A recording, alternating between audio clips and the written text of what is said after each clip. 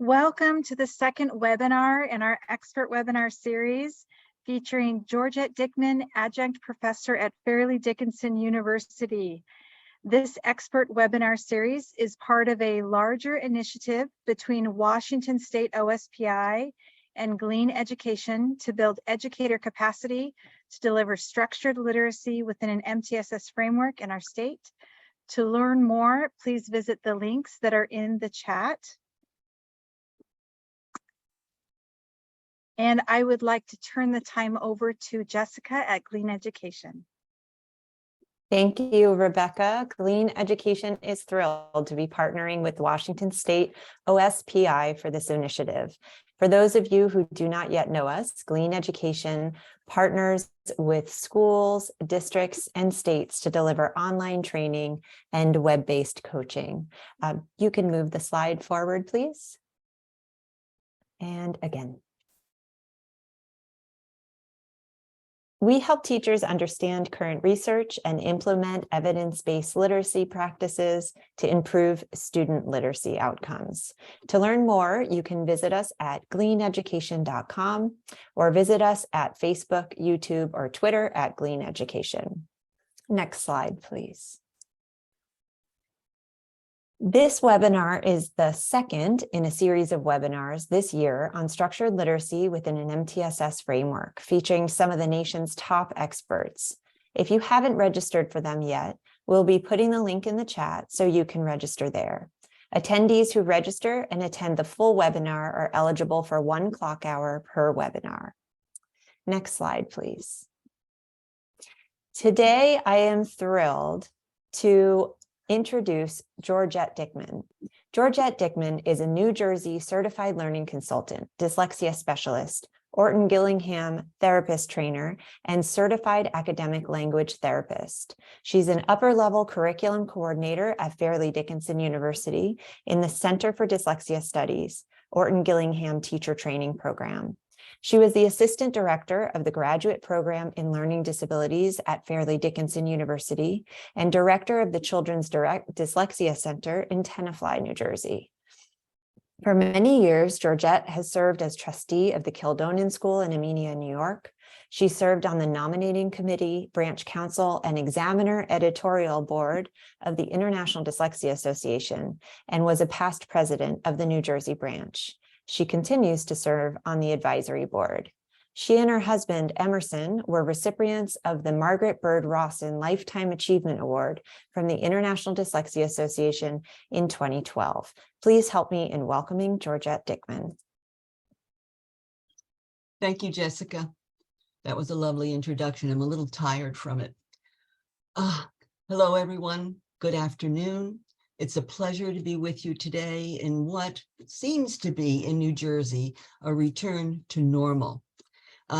We've had some challenges, all of us, in the last 2 years, certainly as teachers, but some good things have happened too.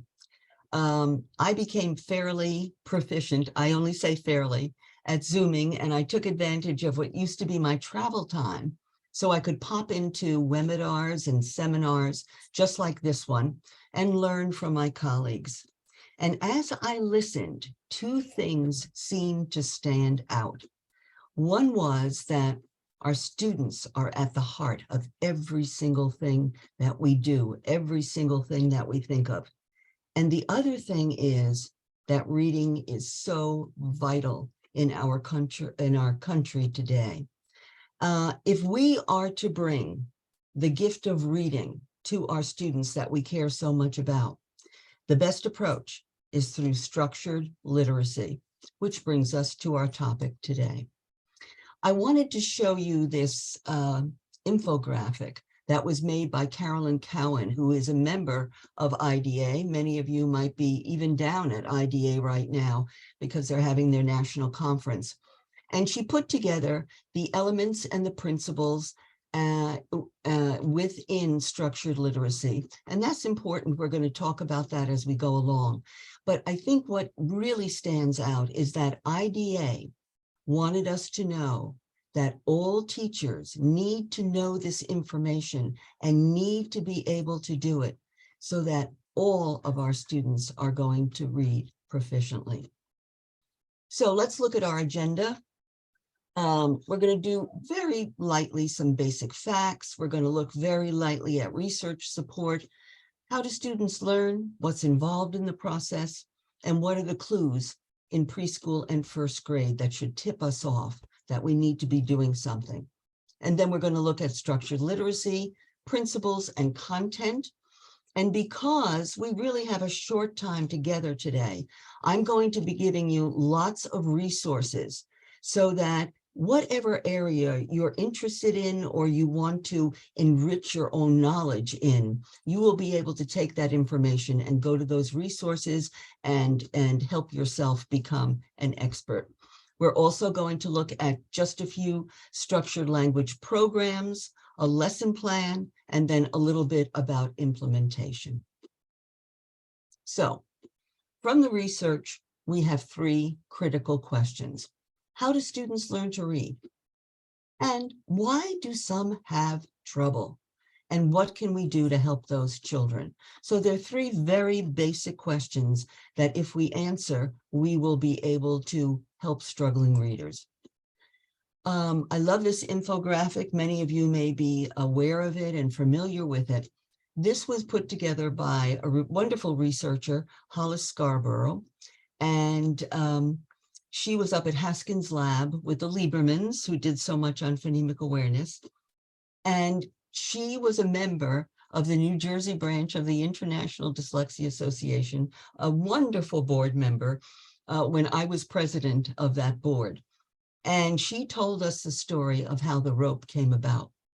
She was doing an awful lot of work with parents, and they didn't seem to quite get how difficult the whole process of learning to read was.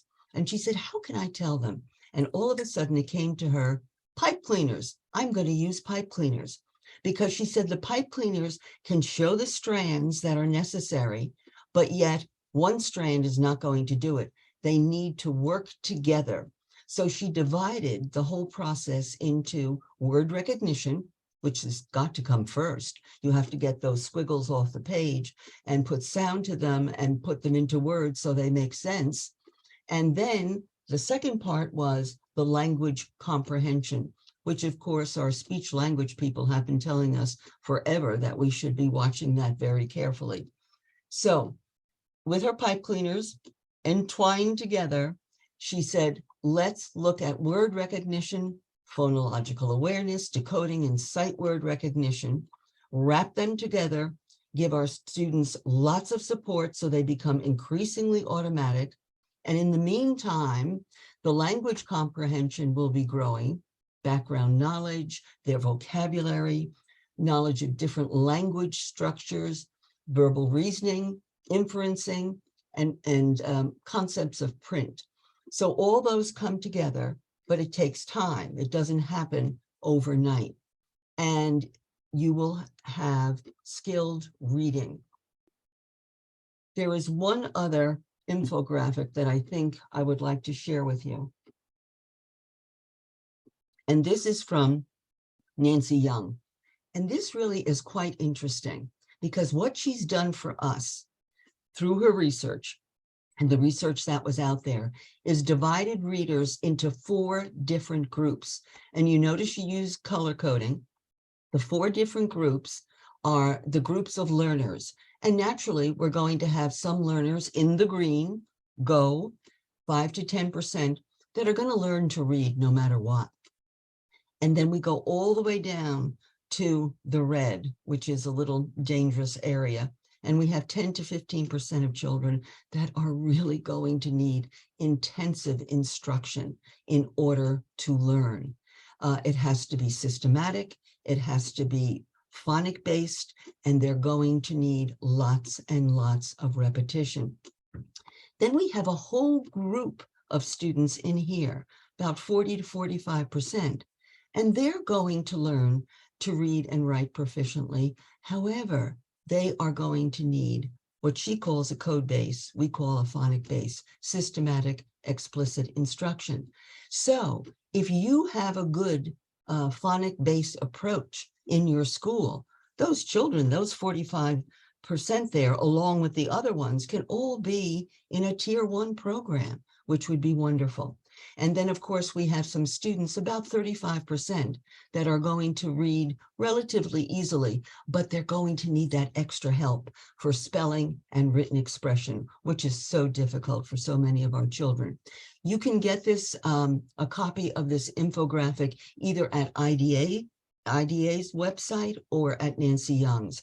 And I think it is especially good if you are talking with parents to explain kind of how it teases out, the student population teases out, and to show them that quite a number of children, you know, really need good instruction.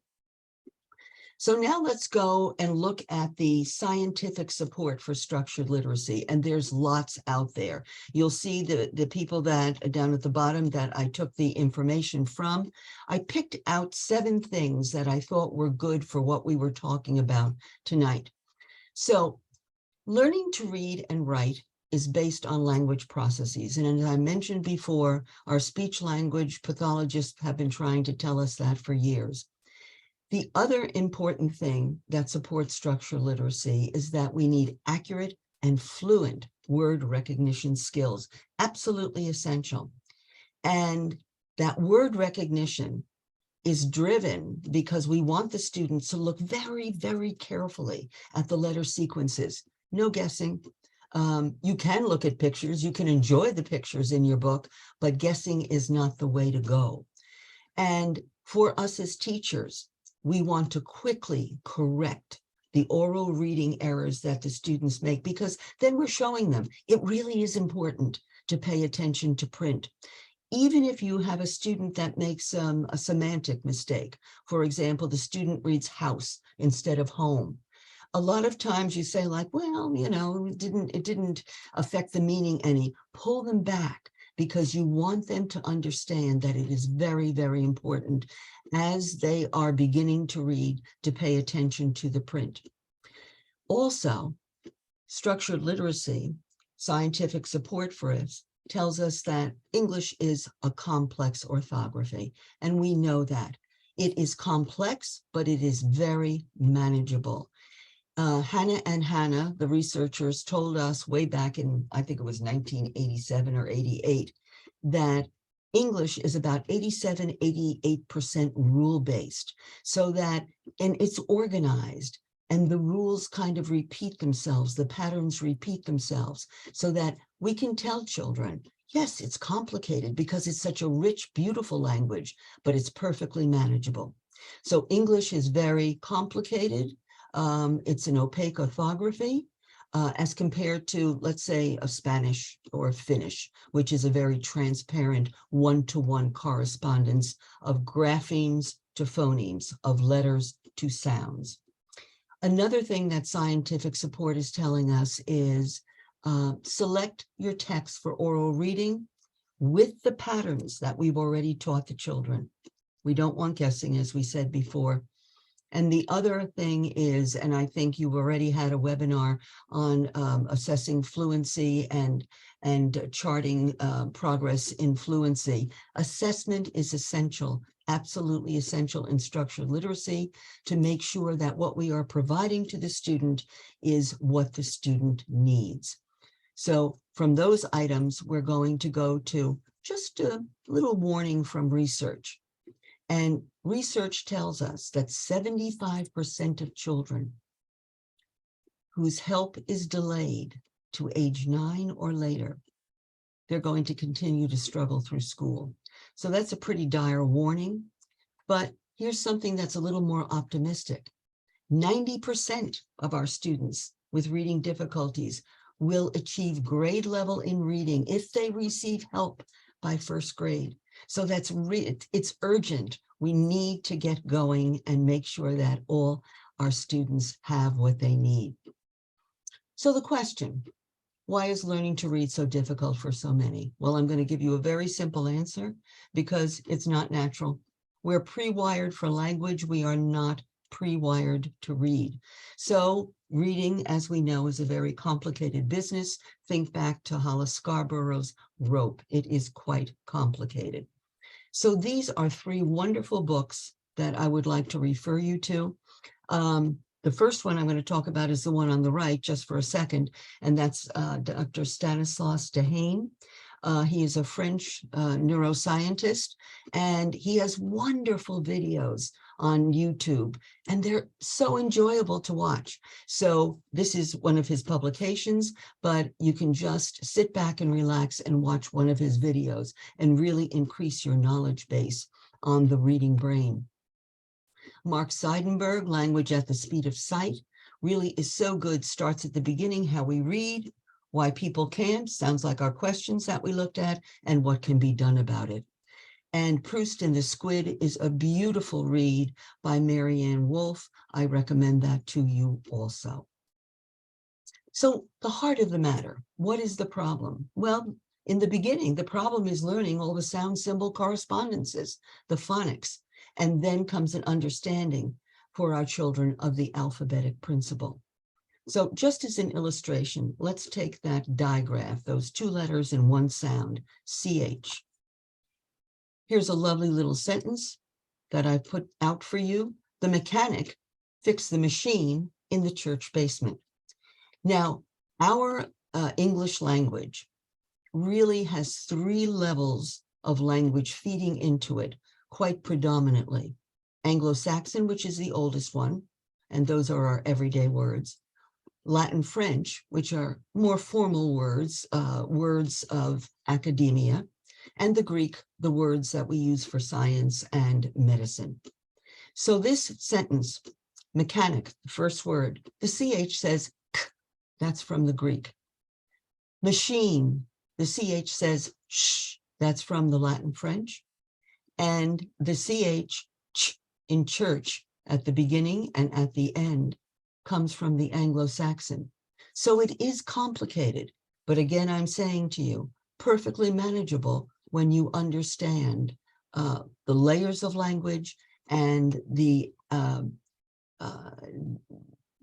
different things that we're going to be looking at.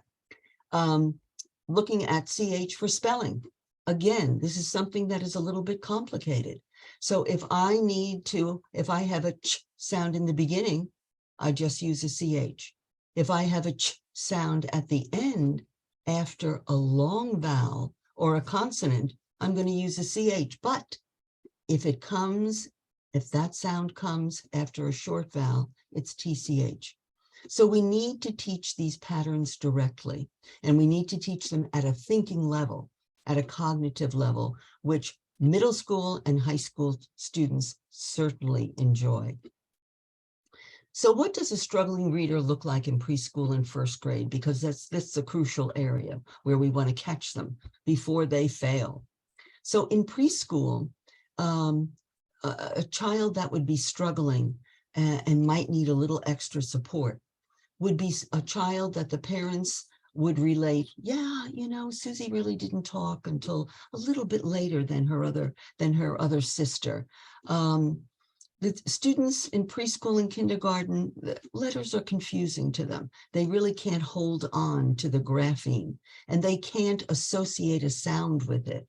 And even if you begin to work with them on trying to hear sounds, beginning sounds that are very apparent, and you say mama, what is the first sound in mama?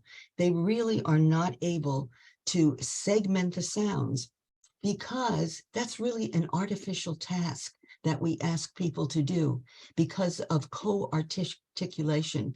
This sounds in a word aren't little discrete phonograms. They overlap with each other. So naturally, it's going to be difficult for a child who has not been gifted with astute phonemic awareness ability. Children, preschool and kindergarten might have trouble producing speech sounds. It could really sound adorable sometimes, but you don't want that to go on too long. I have an adorable granddaughter, and she cannot say the sound that the letter J makes. J should say J, and she says sh. So her Aunt Jennifer is Aunt Shenifer, which kind of sounds kind of glamorous, but She'll have it pretty soon. Grade 1, struggling students are still going to have the problems with phoneme awareness and also with learning phonics, learning those sounds and symbols, which really is a major part of your work in first grade. Now, poor spelling, of course, there's going to be poor spelling because children at that age are using invented spelling. They are saying a word and then they're using auditory phonetic feedback for their invented spelling. You know, hey, what does it sound like? What letter did I learn that I can put down? Also, sight words are a big, big problem for our youngsters, and they occur immediately in our first grade reading books. You can have immature letter formation, doesn't always go along with it, but very often holding the pencil and beginning to write their letters is a problem also. So what are we going to do about this? Structured literacy is what we're going to do. Now, structured literacy is a term that was adopted, coined, not so much coined because people used it before, but adopted by the International Dyslexia Association in 2019. It was about 2008 that they put together this wonderful committee to look at what went into reading, what teachers needed to know, and how teachers needed to teach it. And out of that committee came the knowledge and practice standards that IDA has adopted.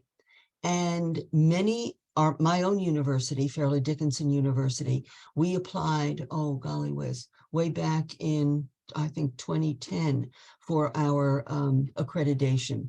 Now the knowledge and practice standards reviews a university or a program's whole program to make sure that you are doing the whole gamut. Structured literacy is not just decoding and word identification.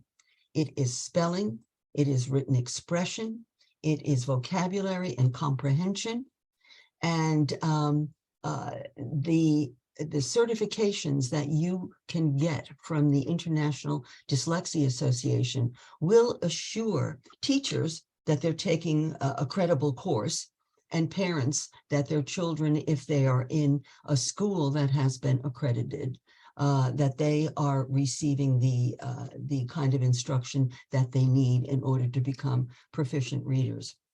Now, the important thing about structured literacy is it's beneficial for everybody.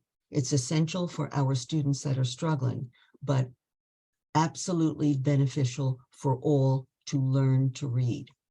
And then along with it is the way that it is delivered. It must be explicit, systematic, direct, and as I said before, on a thinking level. What makes this structured literacy work for all? Principles and the content, the principles and the content. So let's look quickly at the principles. Systematic and cumulative, direct, diagnostic, and multimodal. So for systematic and cumulative, well, it only makes sense. You're going to go from the easiest to the most difficult. You're going to teach your short vowels and consonants before you get up to the prefixes, roots, suffixes, and Greek combining forms. And start with the one-syllable words first. Don't go to 3- and 4-syllable words. You know, it only makes sense. Think about math. Would a math teacher ever say, I'm going to teach long division today? Well, I haven't taught addition, subtraction, or multiplication. You couldn't. So it just makes good sense. But sometimes when we look at language, good sense doesn't always prevail. Direct instruction. You want extremely simple language to explain to the students what is going on. And here I want to give you the resource many of you probably know already, Anita Archer's wonderful work that she does. This explicit instruction has lesson plans. It talks about wonderful ways to engage children. Anita also has terrific YouTube videos where you can read something from her book, go onto a video and actually watch her do her magic in the classroom. So when I talk about explicit language, if I need to teach the DGE, that sound to my student, these letters make the J sound. I let the student know where it comes at the end of a syllable. After a short vowel, it's going to say J. And you know these words, let's look at them. You use them, bridge, badge, fudge, wedge. Very, very direct instruction. You leave nothing to chance. The teaching will be diagnostic, so that as teachers, we want to be constantly evaluating the lessons that we are giving to our children to make sure what we are doing is truly beneficial. So that in a structured literacy lesson, you are continuously making notes for yourself, because you want to plan that next lesson right away. And whatever the student was not able to hold on to, you're not going to let it go. You're going to keep that in the lesson until you are assured of mastery. Judy Birch and Suzanne Carricker have a wonderful book, Multisensory Teaching. It's almost a tome. It's huge. Multisensory Teaching of Basic Language Skills. Another book that I recommend to you. It's in the 4th edition now. They've told us that a good structured literacy lesson needs a level of mastery that's 90 to 95%. That of the responses are going to be absolutely correct. And think of what this does for our students. You know, as I watch students down at the center and so on, when they first come to the center, sometimes you're not getting eye contact and their heads are a little bit down and so on. And as they start to work with their teacher twice a week for an hour, all of a sudden, come end of November, they're coming in smiling, you're getting eye contact. It's because they come into a lesson where the teacher is supporting them with her eliciting questions and with her instruction, and they're getting 95% of the things that they're doing in their lesson are correct. That doesn't always happen for them in school. The resource I want to give you right here is from Dr. Sandra Dunna. And she was a director of, I believe, special services. She's also a director of one of the children's dyslexia centers, and a very skilled person. And as she was attending IEP meetings, and her teachers, who were having great success with the students, didn't have the backup to show that what they were doing in September and what they're doing now and the growth that the student had. So she put together this wonderful methodology assessment, and it looks at, I'm sorry, I went a little too fast. Let me go back. And it looks at all the different components of structured literacy. And you can measure phonology and fluency and comprehension and vocabulary. So that's another wonderful resource for you. Structured language, we used to call it multisensory. Now we call it, I think, a better term, multimodal. And I just want to make one comment about this. Over the years, I have found, watching the teachers working with their students at the center, and I always keep a small number of private students, because I feel that that keeps me on my toes, and I need to know exactly what is going on in lessons with the students, so that I can help inform my teachers. What I have found over the years is not every child needs multisensory or multimodal work in the same intensity. So what you want to do when you're working with the students, you certainly want to give them multisensory experiences, but it isn't, you may be able to fade it out a little bit as you see that they are beginning to become very competent readers without it. And by that, I mean, what am I talking about? Well, sometimes if a student has a problem decoding a word, you might say to them, trace the word, trace the letters and say the sound, now blended together. And they might trace on a piece of sandpaper, on the desk, on a rug, on a carpet square, but they may not need that. You know, after 6 or 8 months, that may not be necessary anymore. But just to get back to the multimodal, that's using all the pathways of the brain. That's going to enhance memory for our students. So if I was teaching this vowel team up here, OA, I would show it to the student. I wouldn't ask the student, what does it say in isolation? That's a difficult task for them. I'm going to tell them. It's direct instruction. I would say OA says A. Then I tell them the conditions in the beginning or middle of a base word. Then I would tell them frequently followed by the consonants D and T. And you'll see it in lots of compound words. And then I would show them a word list, maybe of 15, maybe 18 words where this OA exists, either at the beginning or the middle. And then I would have them write some words. So by the time they left me, that new piece of material, because it would have been presented and they would be saying and writing and listening, I would expect, and it usually does, come for the next lesson. There is no problem. We're ready to roll, and it's just a review item. So that's what the multimodal will do for our students. So what makes this structured literacy work? The content. And so let's look very briefly at the content.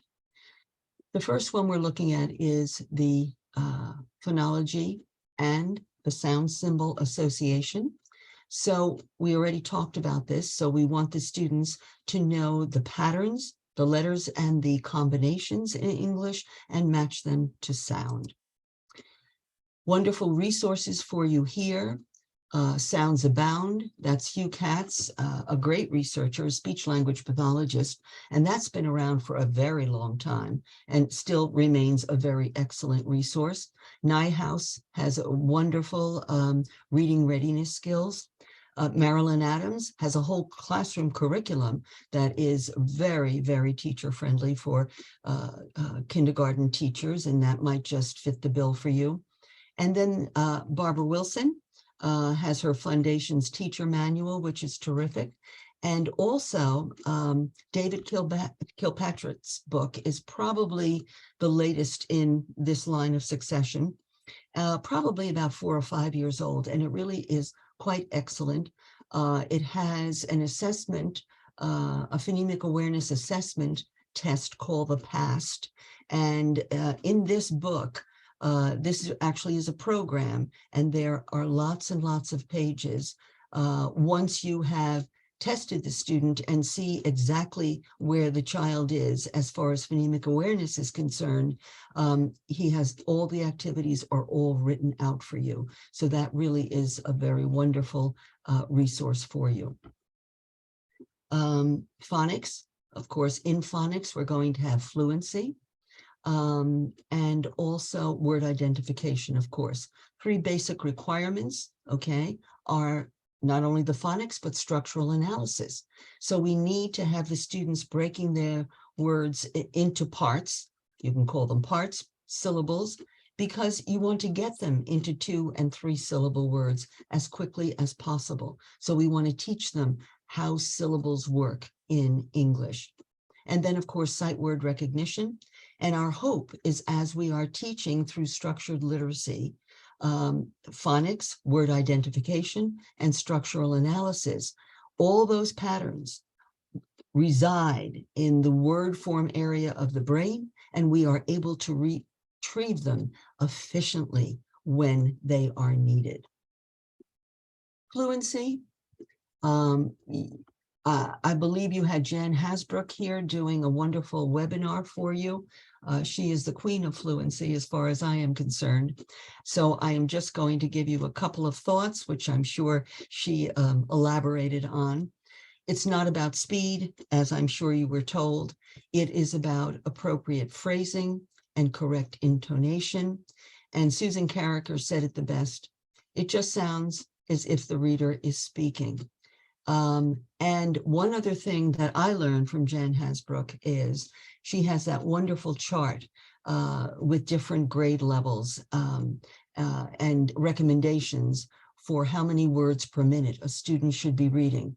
But I remember her telling us in one seminar, the student could be fluent enough. You don't have to have the student up to a 90th percentile.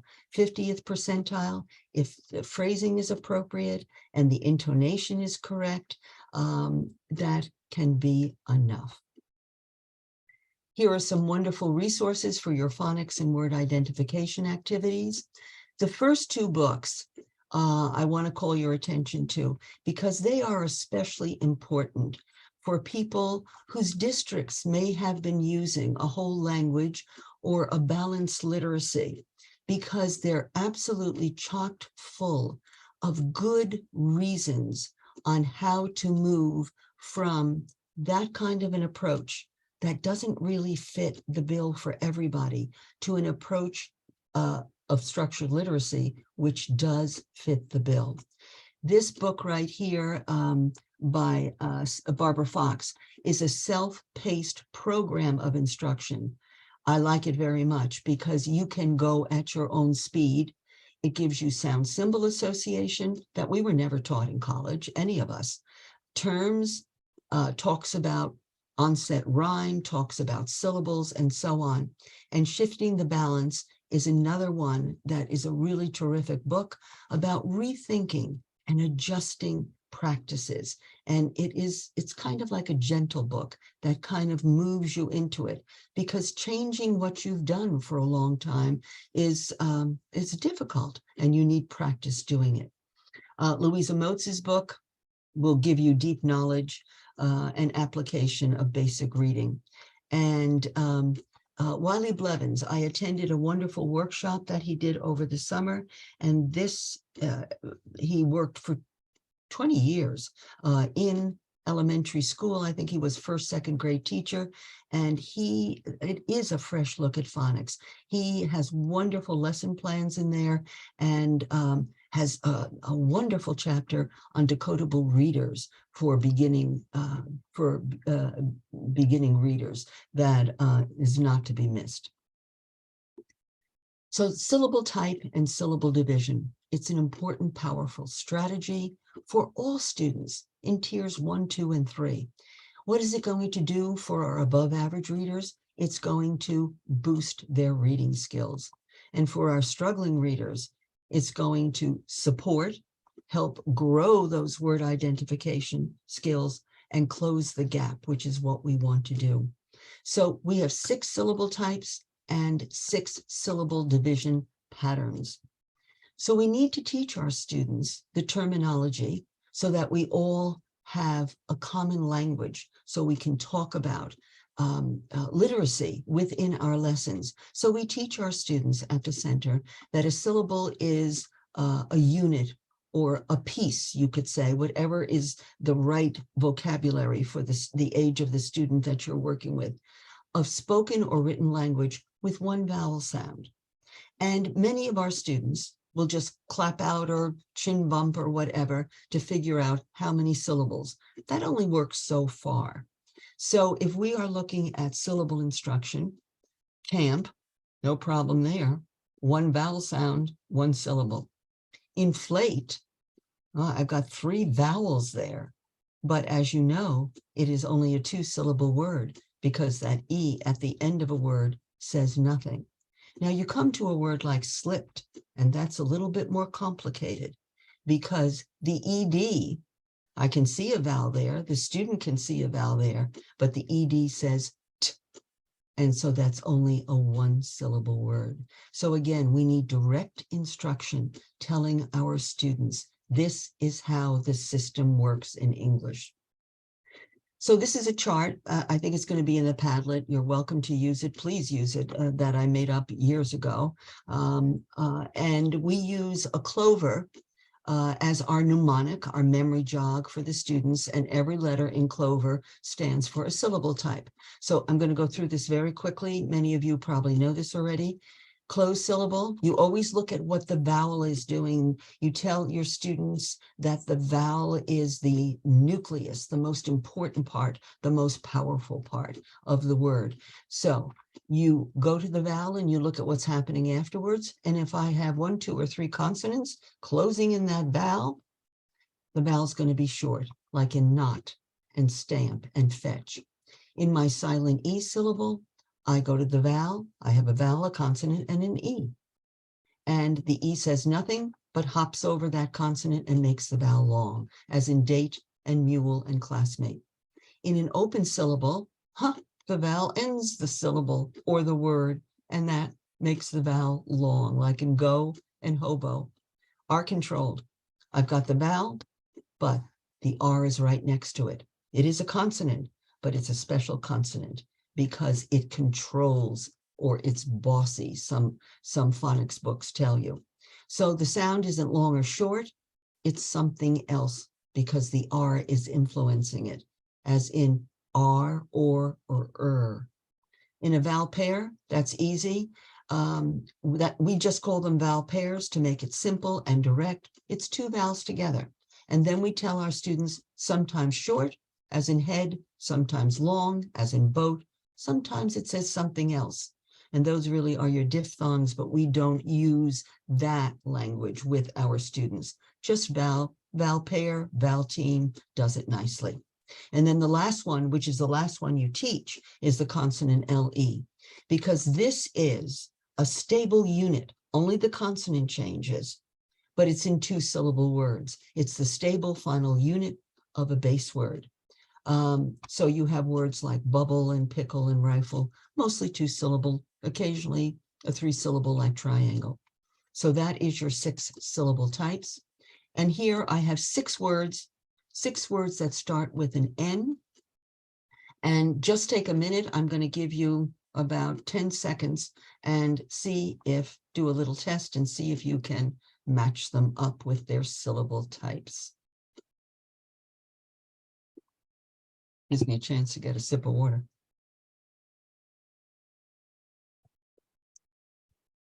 Okay, I'm sure you all have it. I've got the word no, the O ends the syllable, therefore it is open. In nod, the consonant is closing in the vowel, making it short, and the vowel is short and the syllable closed. In nor, I have the vowel followed by an R, simple, R controlled. In nail, I have 2 vowels together, they're teaming up, so it's a vowel team or a vowel pair. In nimble, I'm looking at the bull, which of course is your consonant LE, and in note, I have a vowel, a consonant followed by an E, a silent E. That syllable type goes along with syllable division patterns, because if you get a 2 or 3 or a 4-syllable word, what are you going to do? You'll have vowels all over the place. You don't know if to keep this consonant with the vowel, to put it with the next vowel. So we need to teach them these syllable division patterns. Once we start to teach a student prefixes and suffixes, and we do that early on in structured literacy, because very early on in 1st grade, you're teaching children about plural. You're teaching children about adding ing to their words, to their base words. So once we do that, we tell the students, if it is a prefix, a piece of a word at the beginning, or a suffix, a piece of the word at the end, that you already have learned, just slice it off. And then you only have to deal with what's left in the middle. I'm not going to go through all of these, but in the books that I have recommended to you, it is spelled out very nicely. So what I want you to take from this for the classroom is that we do want to teach the patterns one at a time, but we want to teach a syllable division type with a syllable with one of my 6-syllable kinds of syllables. So you want to teach those 2 together, because just teaching students to slice up words is not going to do anything. You also are teaching the students at a cognitive strategy, because you want them, why? Because you want them to know about the structure of language and you want to empower them. Very often, this is information that they are able to take back to their classrooms, and they become somebody to be looked up to. I had one brilliant second grade teacher that I was coordinating with, and the student was coming to me for some structured literacy lessons. And she was learning a whole lot. And the teacher recognized that, and she called her the phonics expert. And she gave her one day a week when she would teach something to the rest of the class. And I'll tell you, boy, did that really help her self-esteem. It was just terrific. What a smart teacher to do that. This is Justin, and I was doing an observation conference on Justin last spring. And when it came to the part where his instructor asked him the question, Justin, why am I asking you to learn syllable division and syllable type? And he said, oh, that's easy. If I ever get stuck on a word, I'll know just what to do. Certainly music to that teacher's ears. So that's what we want. We want the children to know that these strategies are worth learning in structured literacy. And there's not that many, really. If you present them very orderly and present to mastery, they're very, very manageable. So talking about vocabulary development is also part of structured literacy. And I kind of went to morphology for that. And as you know, that's the study of the smallest units of meaning that combine to form words. And it really is important that our students expand their vocabulary because if they're going to get meaning from the text that they're reading, they need a wide vocabulary. Reed Lyon, who was the chief of child development at NIH, National Institutes for Health, back in the 2000s, told us through his research that to comprehend, you have to be able to read 95% of the words in the passage and know the meaning of 90 to 95% of words in that passage. So let's say I have a middle school student and they're reading a book and this word, the introverts. Well, if I have taught the student the meaning parts, that the S means a plural noun, intro means within, and vert means to turn, he or she would be able to figure out that an introvert is a person who really likes to turn within themselves, not outside. So probably not somebody who wants to go to a wild party. So that is very helpful for students.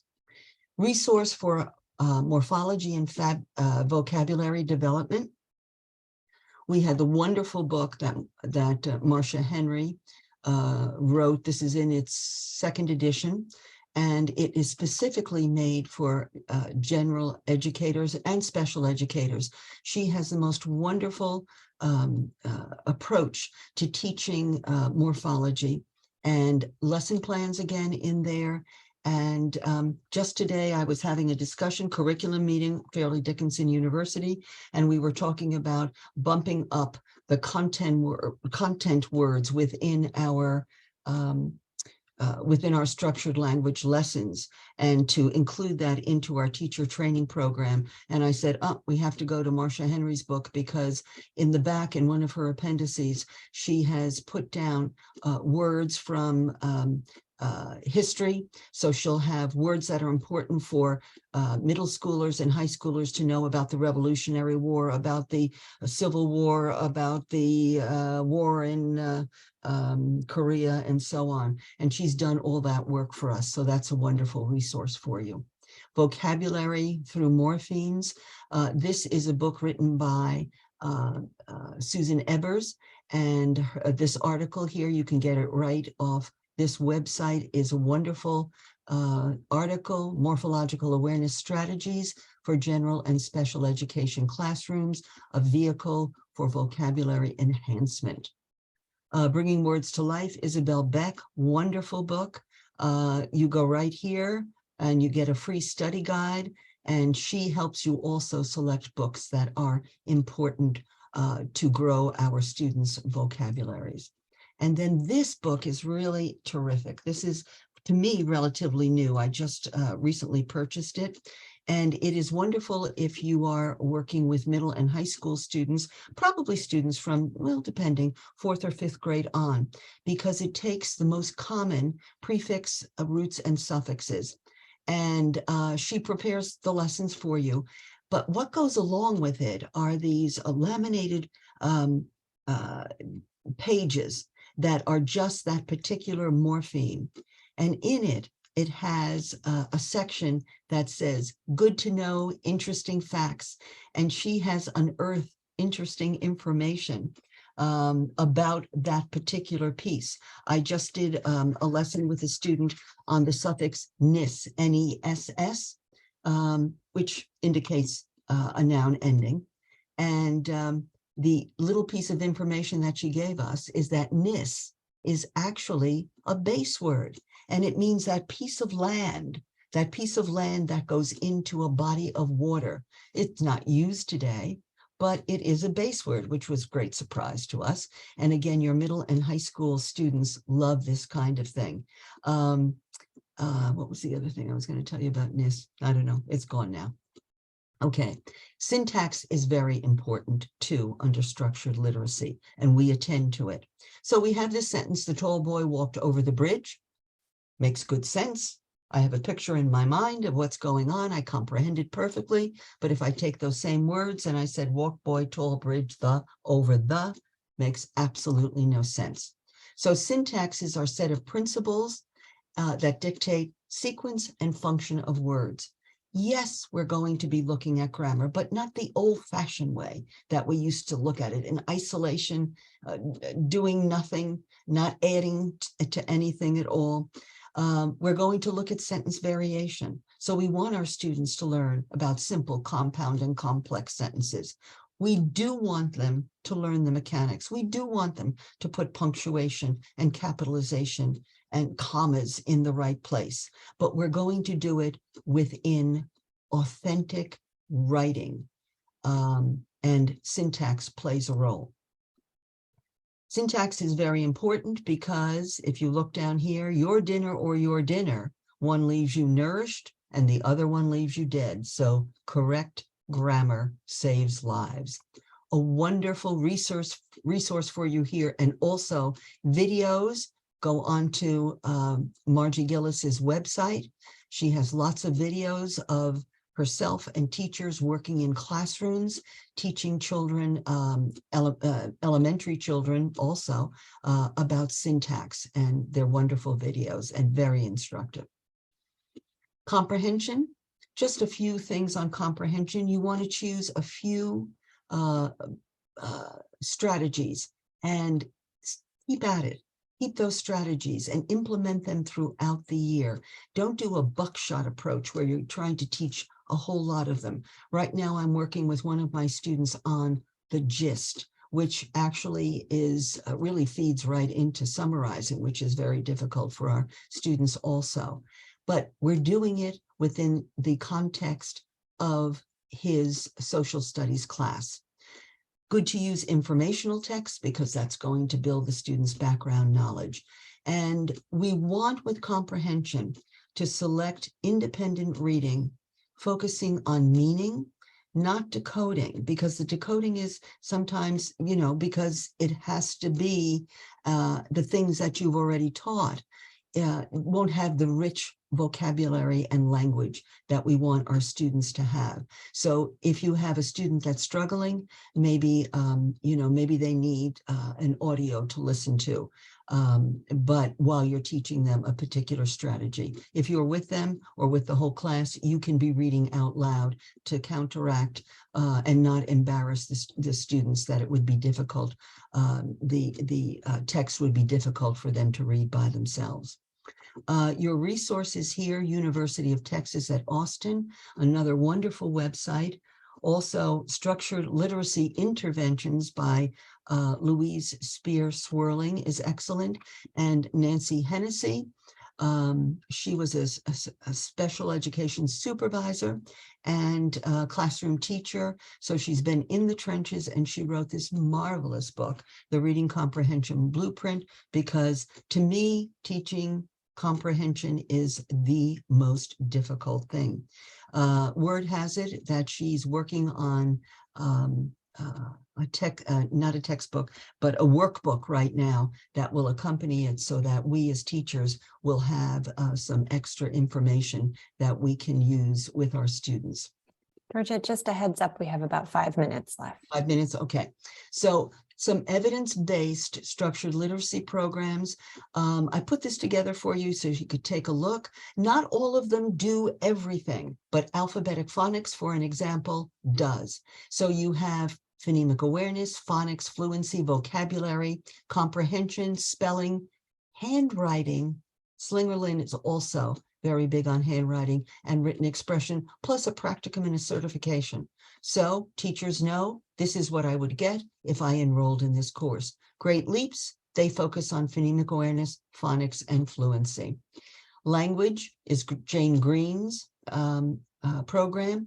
Preventing Academic Failure is the Windward School. Phyllis Burton, Project Read, Tori Green, Ravo. Ravo is, it's not coming to me. Oh, Rewards is Anita Archer. Sunday System, of course, is Arlene Sunday, and the Wilson. Ravo is Marianne Wolf. What's the matter with me? Down here are three different certifying bodies: the Academy, IMSLIC, International Multisensory Structured Language Education Council, and Academic Language Therapy. Here is a structured literacy lesson, and know that this is a lesson that follows our Fairleigh Dickinson lesson. It's not our Fairleigh Dickinson, but it follows it. And we look at our structured literacy lessons in 3 areas: sounds in isolation, read and spell; single words, read and spell; connected text, read and spell. If all that goes well in the review section, you go to new material up here. You go to new material. But if there are a lot of errors in the new section, you go straight to connected text, because you always end a structured literacy lesson with connected text. Duration, 30, 45, 60 minutes. It's going to be dictated by what your school, how your school day goes. In New Jersey, we have extended language arts, and you get a 60-minute block, which is great. You can use your structured literacy lessons, small group, large group, whole class. Tier 3 will be doing it individually sometimes. And intensity, you've got to have at least 3 days a week, and 5 is even better. Tim Shanahan, his wonderful blog, I hope you pop in on it. He said, I think the key isn't the labels, getting the kid, diagnosed, but the dosage. What are you going to do about the problem, and how much can you give them? And dosage, our Jan Hasbrook said, is the critical component to get your instruction to be truly effective. But as she mentioned, it is challenging to get it right. So what about implementation? I mentioned before that it takes about 20 to 25 times of trying a new method or a new technique before it becomes comfortable for us as teachers. So you have to be patient with yourself. But what you can also do is coach each other. So form structured literacy groups. I mean, there was one thing that we learned during COVID, was that we had these wonderful book discussions. So if there is a book that a group of you especially interested, get together, do a chapter a week, and then extend it by having the information in that. How are we going to put that into our structured literacy lessons? So becoming coaches for each other gives us support. It helps you with strategy, but the most important thing is that it energizes you. Wonderful resources. You can look at these at your leisure, but I just want to tell you that the Florida Center for Reading Research and University of Florida Literacy Institute, my favorite. All free, lesson plans, wonderful stuff. to increase your knowledge of structured literacy. So we looked at our basic facts, we looked at some research support, we looked at principles and content, and discussed briefly, I'm sorry, a little bit of implementation and the lesson plan. So I came across this adorable little fella who has a different way, other than structured literacy, of approaching reading. And I thought I would show it to you. Rest assured, it does not have any knowledge base to it, but it looks like he's having a grand old time. It's a great image to end it on. So the takeaway is, with structured literacy instruction in our classrooms and effective early intervention for our struggling readers, we can have every child reading. Thank you. Thank you for your attention. Thank you for being here. And my thank yous went away, but I'm saying to you, thank you. Well, thank you, Georgette, and thank you very much for that incredibly informative session. We have put the link to the survey in the chat. Please do fill that out. And I want to thank you on behalf of Glean Education, the Washington State OSPI, and both for this wonderful presentation, and thank you to our attendees who spent an hour after their workday to join us. So thank you, everyone, and we'll look forward to seeing you at the next one, which is December 8th with Emerson Dickman on explaining dyslexia, how to talk to parents about learning disabilities. Thank you so much. Take care.